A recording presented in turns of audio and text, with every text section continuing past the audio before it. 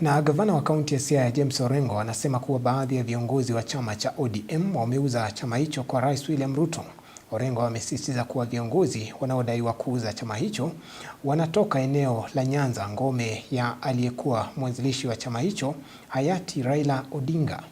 Gavana huyo alizungumza hayo katika uwanja wa taasisi ya kitaifa ya kiufundi ya Siaya, ambapo aliongoza hafla ya kuhitimu kwa zaidi ya vijana 400 waliokamilisha mafunzo ya ujuzi wa kidijitali ili kuboresha ajira na fursa za kidijitali.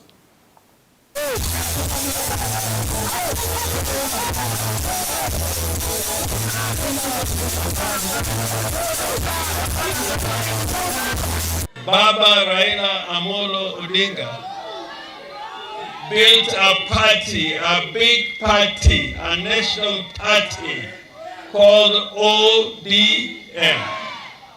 Na nasema isikike, kuna wenzetu na wengi ni watu kutoka Nyanza wameuza chama cha Raila Amolo Odinga. And you as young people, Raila built this party for you.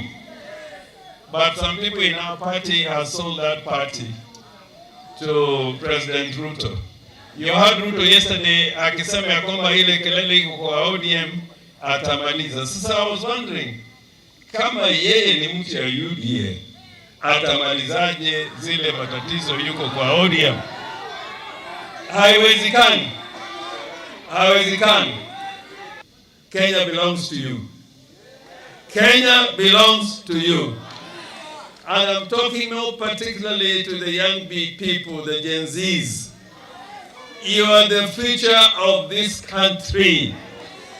And let nobody cheat you in the next dispensation, and more importantly, the elections that are coming in the year 2027.